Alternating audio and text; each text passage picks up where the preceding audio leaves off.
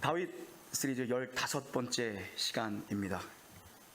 다윗의 생애를 전반기 또 후반기로 나는 분수령이 되는 사건이 있다면 아마 밧세바 사건일 겁니다. 그 사건을 중심으로 전반기 생애에 가장 큰 중요한 인물이 있다면 사울입니다. 그리고 또 이제 노년기에 가장 큰 중요한 핵심 인물이 있다면 아들 압살롬일 겁니다. 전반기에는 장인 사울이었고 후반기에는 아들 압살롬이 다윗의 생애에 정말 가장 중요한 인물들로 개입되어져 있죠. 사무엘하 13장부터 18장까지는 다윗과 압살롬의 이야기입니다. 하나님은 다윗의 인생을 전반기에는 정말 사울이라는 인물을 통해 그를 훈련시키시고 연단시키셨고, 이제 후반기에는 이제 노년의 삶에는 아들 압살롬을 통하여 그를 훈련시키십니다. 하나님 다윗을 다시 광야로 내보내십니다. 왜요? 그에게 두 번째 광야가 필요했기 때문입니다. 왕궁에 익숙해진 다윗입니다. 왕국이 너무나 평안한 다윗입니다. 그런데 그 다윗을 하나님은 다시 광야로 모시더라는 겁니다.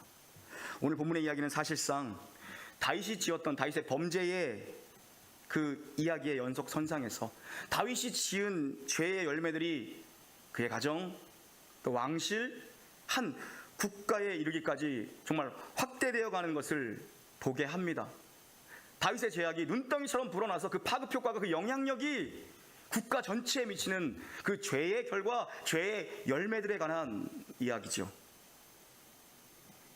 물론 이것 다윗 한 사람의 책임이라고 우리가 다 몰아갈 수는 없을 겁니다.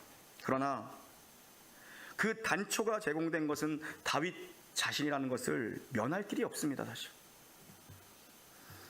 하나님은 분명히 다윗의 죄를 용서하셨습니다. 그럼에도 불구하고 분명히 그 죄를 용서하셨지만 그럼에도 불구하고 죄의 결과들과 관련하여 그를 징계하십니다. 그의 인생을 통해 하나님께서는 그 죄의 열매들을 보게 하시더라는 겁니다. 죄 지은 거 어떻게 회개해야지, 이렇게 말하지 말라는 겁니다. 죄 지은 거 어떻게 회개해야지, 이렇게 얘기하지 말라는 겁니다. 하나님은 무한한 자비와 무한한 사랑으로 우리의 죄를 그리스도 예수 안에서 용서하시기를 기뻐하시는 사랑의 하나님이십니다. 그러나 동시에 우리가 죄에 머물러 있지 않기를 너무나도 원하시는 분, 죄의 둥지를 트고 앉아있기를 원하지 않는 분, 죄를 지으며 살지 않도록 죄의 결과와 관련해서 징계로 우리를 다스리는 공의로우신 하나님입니다. 그 하나님은 사랑의 하나님, 우리의 죄를 용서해 주시는 사랑의 하나님이시며 동시에 우리가 죄를 짓지 않도록, 죄에 머물러 있지 않도록, 죄의 둥지를 트지 않도록, 죄가 더 커지지 않도록 우리를 징계하시는 공의의 하나님이라는 말씀이죠. 그러므로 범죄하지 말라, 죄가 세상에서 가장 무서운 것이라는 것을 오늘 이 다윗과 압살롬의 이야기를 통해 우리는 목도하게 되는 것이죠. 왜요? 죄가 왜 무서운 것입니까? 죄는 그 결과를 남기기 때문입니다. 그 죄의 열매들을 남기기 때문입니다. 그 죄의 열매를 나의 생애 속에서 내가 감당하며 보게 되는 거 있고, 혹은 내 생애에서 보지 못하지만 그 죄에 대한 열매가, 그 대가가 반드시 우리 생애 어느 한 점에 열매 맺게 되어 있다는 것입니다. 하나님은 다윗의 생애 속에 그를 징계하십니다. 징계하시는 하나님입니다. 그러나 동시에 그를 다시 회복시키시는 은혜로 이 이야기는 결론이 되어집니다. 왜요? 우리를 친아들 삼아주셨기 때문입니다. 징계가 없으면 사생자요, 징계가 없으면 내 친아들이 아니다라고 말씀하셨습니다. 하나님은 사랑이십니다. 동시에 하나님은 공의로우신 분입니다. 그 하나님의 사랑과 하나님의 공의가 정확하게 만난 곳이 십자가입니다. 그 죄의 대가를 예수 그리스도에서 다 짊어지셨습니다. 하나님은 예수 그리스도의 십자가에서 우리의 모든 죄를 용서하셨습니다. 여러분의 과거의 죄, 현재의 죄, 미래의 죄까지 다 도말하셨습니다. 그러나 하나님은 우리가 계속 이 땅을 살아가면서 죄 짓기를 원하시는 분이 아니시기에 하나님은 우리의 생애를 통해 징계하시는 은혜를 허락하시더라는 것입니다. 이 이야기는, 긴 이야기는 다윗이 징계받는 이야기입니다. 그러나 그 징계 또한 은혜로 끝이 나더라는 것입니다. 왜요? 두 번째 강야에서 다윗이 다시 회복이 되더라는 것입니다.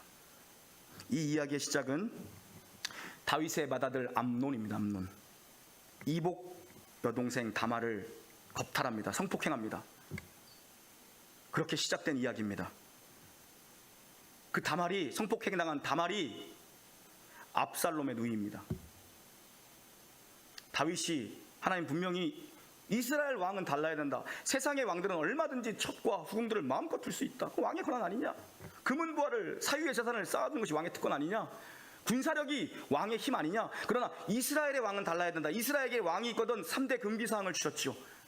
말을 많이 두지 말아라.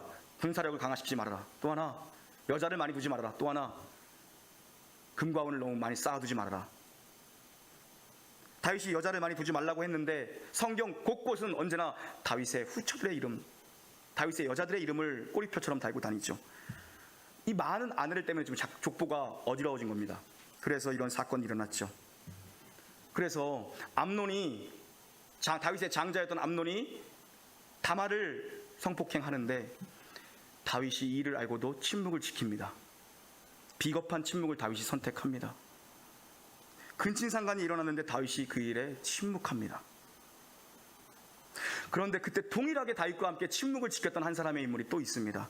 사무엘하 13장 22절 함께 읽습니다.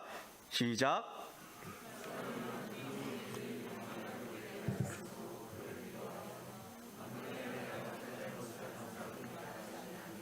아멘. 다윗이 침묵할 때 여전히 침묵을 지키고 있던 한 인물 누굽니까? 겁탈당한 다말의 오빠 압살롬이 침묵을 지킵니다. 침묵합니다. 무서운 침묵으로 압살롬은 2년간 이 일을 가슴에 묻고 복수의 칼날을 2년 동안 품고 있습니다. 그리고 2년째 지난 어느 날 자기의 집에 잔치를 엽니다. 그리고 다윗의 모든 아들들을 청하게 합니다. 그리고 술이 취하게 합니다. 그리고 계획했던 대로 거기서 암논을 살해합니다. 이상하리만큼 다윗이 이 일에 대해서도 침묵합니다. 압살롬은 이 일을 저지르고 나서 두려운 나머지 도망합니다. 어디로요? 외할아버지 그술 땅, 외할아버지가 그술 왕이었습니다. 그술 땅으로 도망해서 3년간 거기 머물러 지내게 됩니다. 자기의 동생을 성폭행한 다윗의 첫째 형, 첫째 아들, 첫째 형을, 큰형을 암살하고 외할아버지 외갓집에 도망가 있었던 겁니다. 3년 동안.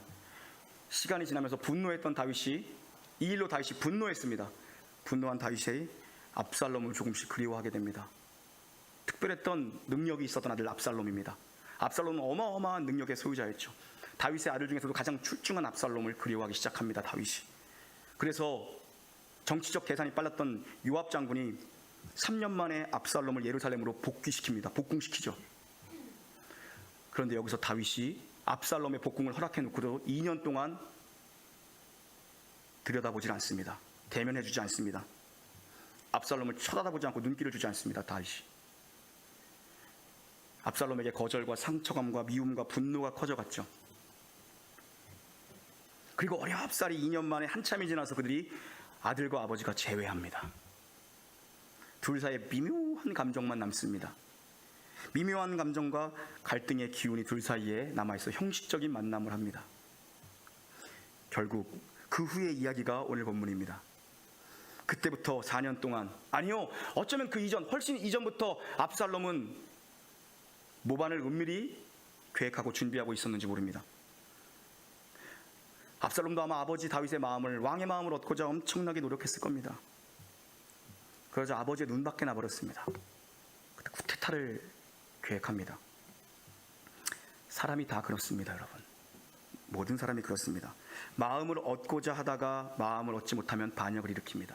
지도자의 마음을 얻고자 노력하다가 지도자의 마음을 얻지 못하면 반역의 쿠데타를 준비합니다.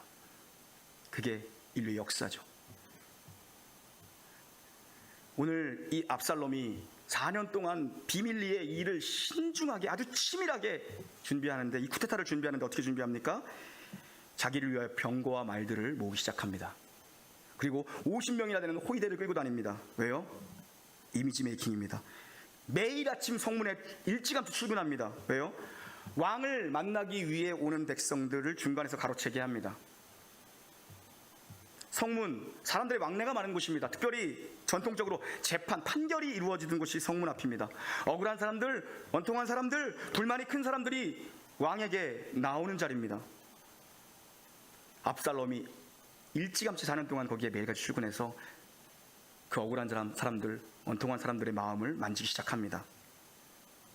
그들의 사정을 아주 친밀하게 공감 능력 있게 들어주죠. 네가 옳다, 네가 정당해, 근데 어떻게 이렇게 판결이 났니? 너 얼마나 억울하겠니? 네가 오라. 그런데 이렇게 시작합니다. 그런데 이 나라에는 그런 정당한 판결을 내려줄 자가 없네. 이렇게 은근히 아버지 다윗을 대놓고 디스하지 않습니다. 여러분, 쿠데타의 시작은 언제나 대놓고 디스하지 않습니다. 은근히 지도자를 비판합니다. 근데 이 나라에는 너의 그 정당함과 억울함을 풀어줄 자가 없네. 이렇게 가는 겁니다. 전형적인 파퓰리즘을 만듭니다. 사람들을 모으기 시작합니다. 거기다가요, 이 압살롬이 아주 치밀한 사람입니다. 아주 공감 능력이 뛰어난 사람이에요.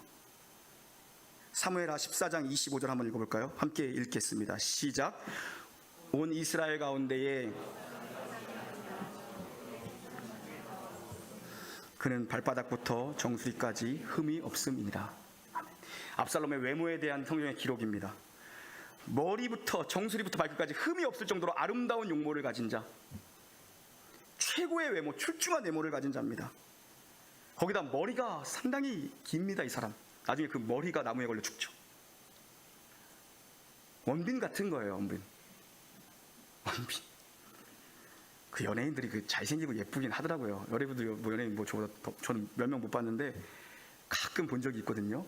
예전에 어디 제가 바닷가 대부동가 어디 제부동가 어디를 몇 년 전에 간 적이 있는데 어떤 배우예요. 근데 멀리서 봤을 땐 몰랐어. 근데 정말 멀리서부터 누가 이렇게 뭐 이렇게 여자들 뭐 코디 이런 사람들인 것 같아. 보니까 이렇게 멀리서 봐도 뭐지? 눈이 돌아갈 만해. 남자가 보는데도 이만하고 어깨가 이만하고 얼굴이 하얘 걸어오는 거야. 보니까 배우더라고요. 그 사람. 네, 드라마에 나오는 배우였어요. 어마어마하더라고요. 와.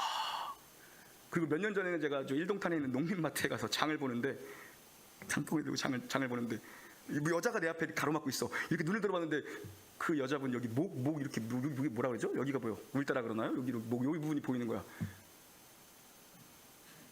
이해가세요? 어떤 상황이었는지? 이게 뭐야? 이렇게 봤어. 염정하신가? 거기 동네 살잖아요. 그분이 누군데? 저보다 머리 하나 더 있더라고요. 물론 힐도 신었겠지만. 네. 압살롬이 거의 원빈급이었어요. 원빈급. 그런 자가 와서 자기한테 상담받는 자들을 다 스킨시켜줍니다. 안아주고 입 맞춰줍니다. 얼마나 힘들었냐. 이 나라에 너의 이 억울함을 들어줄 자가 없구나. 이렇게 은근히 자기에게로 물꼬를 싹 냈습니다. 여기에 백성들의 마음이 다 녹았습니다. 다 녹았어요. 6절 보니까 이스라엘 백성들의 마음을 압살롬이 다 훔쳤다라고 얘기합니다. 직역하면 도둑질했다는 의미입니다. 도둑질했다.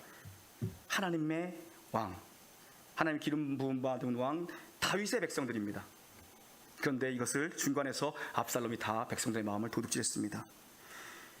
세상이 그렇습니다. 우리의 마음을 늘 빼앗으려 합니다. 이미지 전쟁이 세상입니다. 마케팅 전쟁이 세상입니다. 어떻게 해서든지 우리의 마음을 다 빼앗아 가려고 합니다. 그래서 무릇 지킬 만한 것 중에 우리의 마음을 지키라고 말씀합니다. 마음이 빼앗기면 다 빼앗겨버린 겁니다. 세상의 마음을 도둑질 당하지 말라, 사단에게 마음을 도둑질 당하지 말라는 것입니다. 오늘 백성들의 마음이 압살롬에게로 더 많이 향하여 가고 있다라고 성경은 기록합니다. 세상을 살면서 그런데 어떻게 우리가 뭐 사람의 마음을 어떻게 뭐 인심을 저버리면 삽니까? 마음을 얻어야죠. 그러나 훔쳐서는 안 된다는 것입니다. 이런 식으로 사람의 마음을 훔쳐서는 안 된다는 것입니다. 사람의 마음을 얻는 것, 여러분 10길 물속은 알아도 한 길 사람 속은 모른다고. 모릅니다. 사람의 마음이라는 것은 늘 변합니다. 모릅니다. 그러나 우리는 생명을 얻기 위해서 그 사람의 마음을 얻어야죠. 사람의 마음을 얻는 것은 기도입니다. 그러나 사람의 마음을 훔치는 것은 내 힘입니다. 오늘 압살롬은 내 힘으로 지금 이스라엘의 왕은 하나님이 세우시는 것이 이스라엘의 왕권입니다. 그런데 자기 힘으로 지금 왕위에 올라가려고 합니다. 어떻게 해요? 사람들을 모아서. 사람의 마음을 얻는 것은 비전입니다. 그러나 사람의 마음을 훔치는 것은 나의 탐욕입니다. 내가 권력을 갖고 싶은 거예요. 저 여러분이 먼저 하나님 앞에 나의 마음을 온전히 드린다면 하나님께서 사람의 마음도 온전히 얻게 하실 줄 믿습니다. 7절부터 9절 한번 읽어보겠습니다. 7절부터 9절 시작. 4년 만에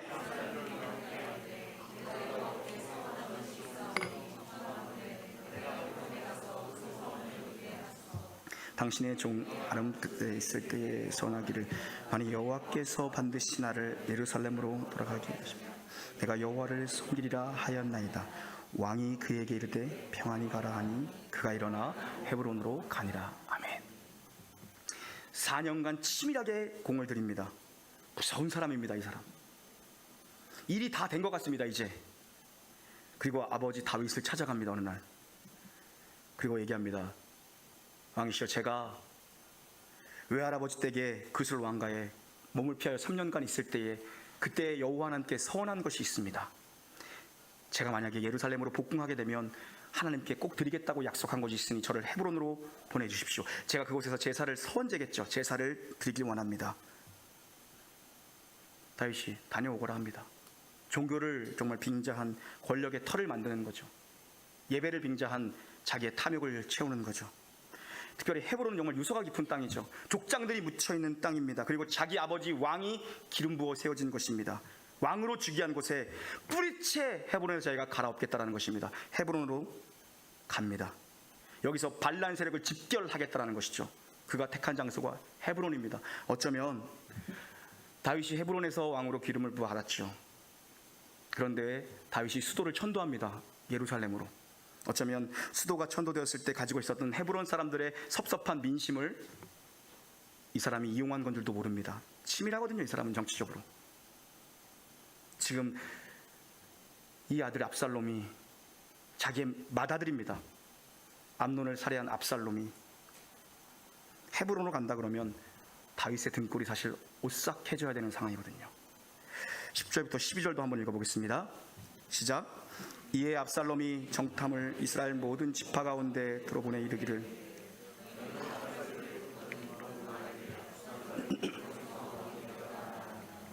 그때 청함을 받은 200명이 압살롬과 함께 예루살렘에서부터 헤브론으로 내려갔으니 그들은 압살롬이 꾸민 그 모든 일을 알지 못하고 그저 따라가기만 한 사람들이라. 제사 드릴 때에 압살롬이 사람을 보내 다윗의 모사길로 사람 아히도벨을 그의 성읍길로에서 청하여 온지라. 반역하는 일이 커감에 압살롬에게로 돌아오는 백성이 많아지니라. 아멘. 얼마나 치밀한 사람입니까? 이 사람 각 지파마다요 지하 혁명 세력자들을 지금 깔아놨습니다. 그래서 헤브론에서 나팔 소리가 울리면 동시에 전국적으로 12지파 전국적으로 압살롬이 이스라엘의 왕이 되었다를 외치도록 지하 세력들을 혁명 세력들을 지금 깔아놓은 겁니다. 완벽한 쿠데타입니다. 이스라엘의 왕은 하나님이 세우시는 겁니다. 그런데 백성들을 그가 등에 업습니다. 사람을 등에 업습니다. 사람을 등에 업고 자기 스스로 왕이 되려고 이 사람이 혁명을 일으킵니다. 이게 내 힘이고 이게 내 나라고. 이게 인본주의입니다. 여러분, 이스라엘은 신본주의입니다. 하나님의 백성은 신본주의입니다. 하나님이 세우신 겁니다. 자기 힘으로 스스로 왕 되려는 자가 압살롬이죠. 거기다가 유다의 유력자들 200명을 끌고 갑니다. 이 사람들 지금 얼떨결에 가서 압살롬이 왕이다 외친 겁니다. 얼떨결에. 이들은 모르고 따라갔다라고 성경은 기록하죠. 종교, 정치, 각 분야의 리더들을 싹 초대하고 헤브론에 모이게 한 겁니다. 충격적인 일은, 다윗이 가장 큰 충격을 받은 일은 뭐냐 하면 이 소식을 듣고 거기에 다윗의 최측근 참모입니다. 아히도벨입니다. 다윗의 책사입니다. 제갈볼명 같은 자입니다. 그가 압살롬 편에 서 있다는 것에 다시 충격을 받습니다. 충격을 받습니다. 거물급 인사 하나를 아히도벨은 엄청난 영향력을 소유한 자입니다. 그 뛰어난 다윗의 책사였습니다. 다윗이 물었던 자가 아히도벨입니다.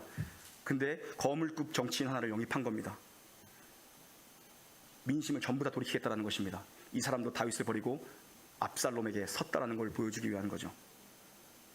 아히도벨의 배신에 다윗이 충격을 받습니다. 충격을 받습니다.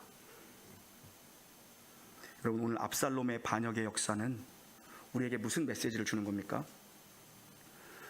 죄의 열매들이 얼마나 영향력을 가지고 있는가. 죄의 확장성입니다. 눈덩이처럼 큰 파급 효과를 가지고 있는 것을 처절하게 다윗의 생애를 통해 보게 하는 것입니다. 사실 이 본문의 이야기는 뭡니까? 나단이 그대로 이야기했던 너희 집에 칼이 떠나지 않을 것이다. 피를 보게 될 것이다. 그리고 백주 대낮에 너희 아내들이 겁탈당하게 될 것이다. 그대로 이루어집니다.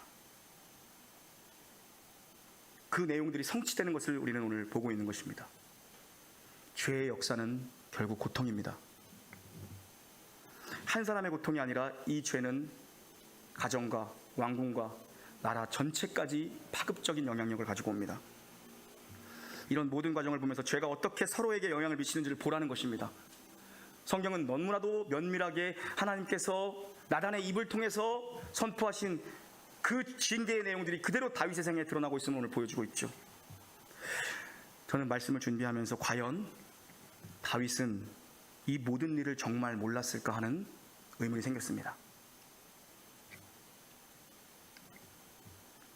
4년 동안 치밀하게 압살롬이 이 반역을 준비했습니다.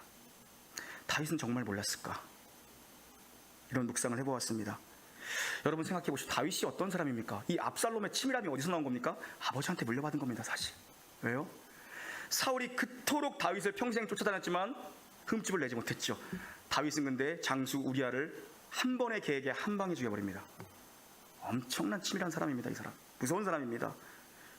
그런 다윗이 과연 이 4년 동안의 쿠데타 준비 과정을 정말 눈치채지 못했을까? 아무리 다윗이 왕궁에서 편하게 엎어져 있어도 그의 감각이 이렇게 정말 영적 감정이 떨어졌다 해도 이 사람 명장입니다. 여러분, 역사 속 최고의 명장입니다. 다윗은. 그런데 다윗이 오늘 손을 대지 못합니다. 자기 아들 압살롬의 범죄에 손을 대지 못합니다. 왜요? 왜 그랬을까요? 이미 내가 죄를 지었기 때문입니다. 그가 이미 죄를 지었기 때문입니다. 손을 쓰지 못하는 겁니다. 여러분, 자기가 간음했습니다. 그런데 장자가 간음을 합니다.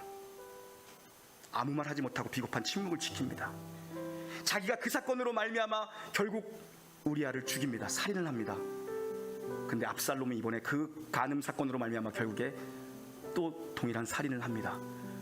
거기서도 아무 말을 하지 못합니다. 다윗이.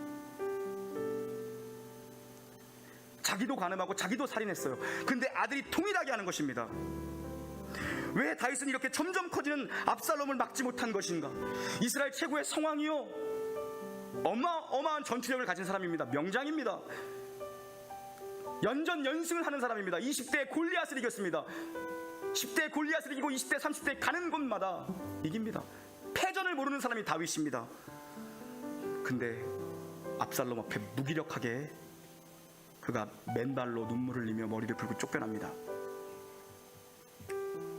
도대체 왜 그런 것인가? 다윗이 왜 이렇게 무기력한 것인가? 왜 압살롬을 막지 못한 것인가? 그 명장 다윗이 이 일을 정말 눈치채지 못했던 것일까? 왜 이렇게 무기력한 것입니까? 하나님 앞에서 자기를 지켜내지 못했기 때문입니다. 하나님 앞에서 자기를 지키지 못하면 사람 앞에서 자기를 지켜낼 수가 없습니다. 다윗이 자기가 범죄한 동일한 범죄를 자기 자식들이 행하고 있는 것을 봅니다. 입을 열지 못하는 겁니다. 비겁한 침묵을 지킵니다. 아버지가 맨날 담배 피는데 자식한테 야 몸에 안 좋으니까 담배 끊어, 누가 어떻게 말할 수 있습니까? 말 못하죠. 나중에 같이 앉아서 피는 거예요. 나이 들면.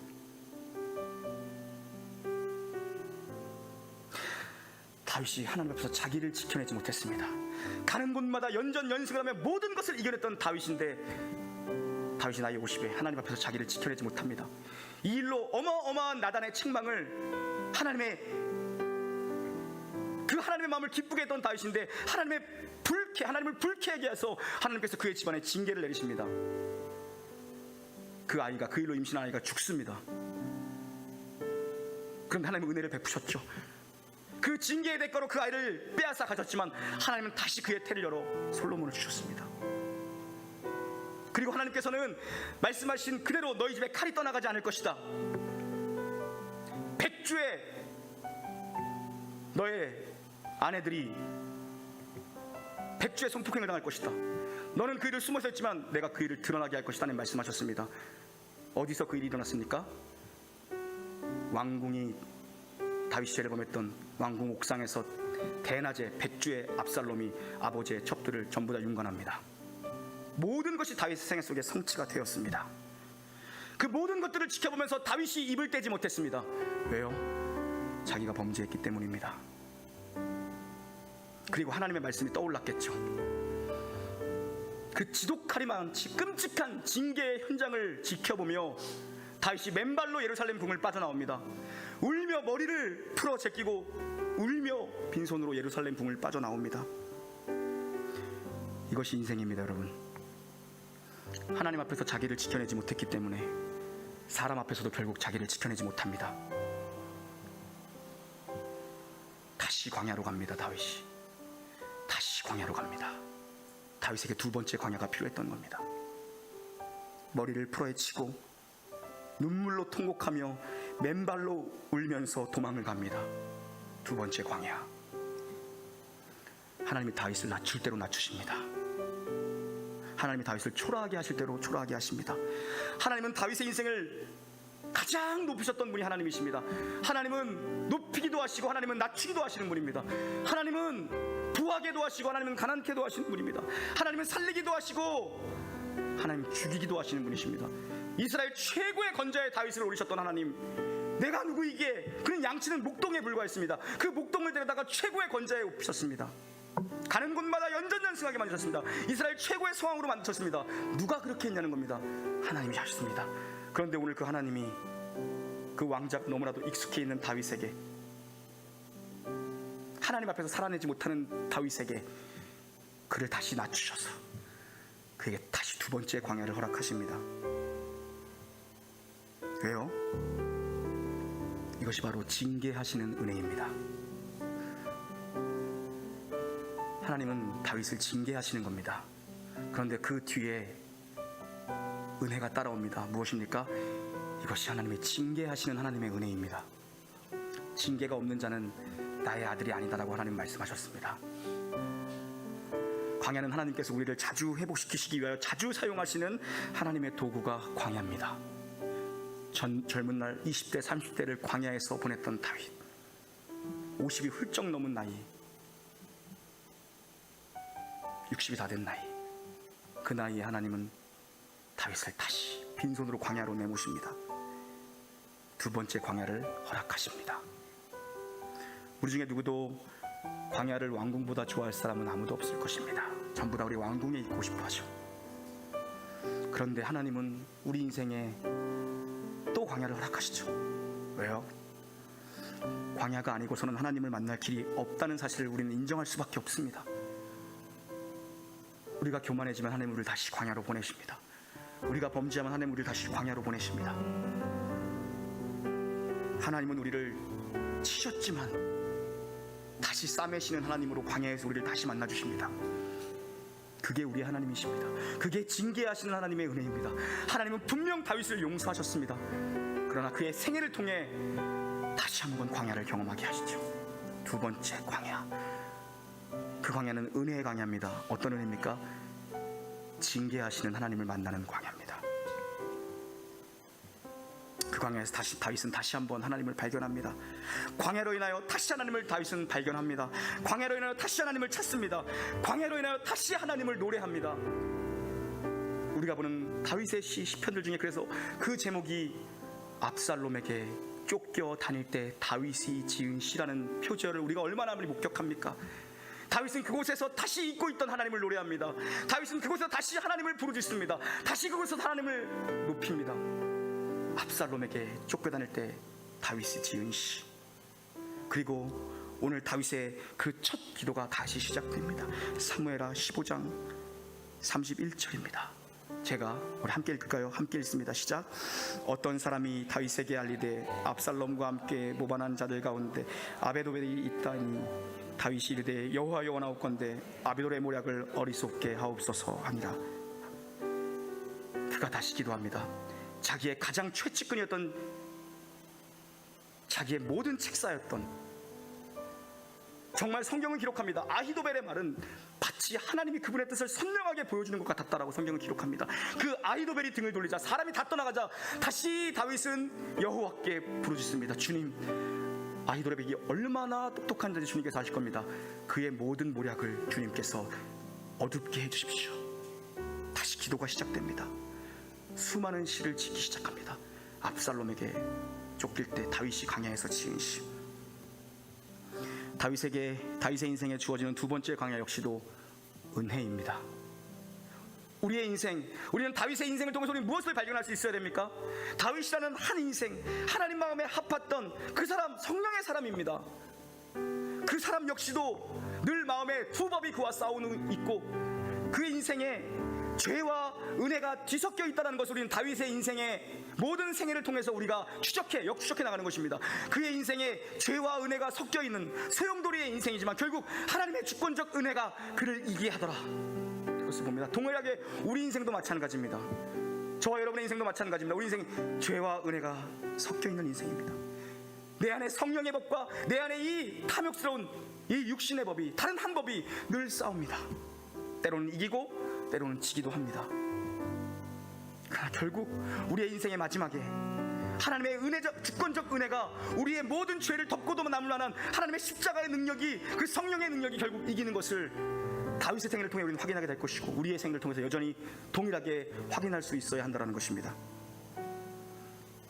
징계하시는 은혜를 그가 광야에서 경험합니다. 사랑하는 성도 여러분, 우리를 치셨으나 우리를 징계하시지만 도로 싸매시는 분이 바로 은혜의 하나님이십니다. 그 다윗이 정말 압살롬의 반역을 전혀 눈치채지 못했을까?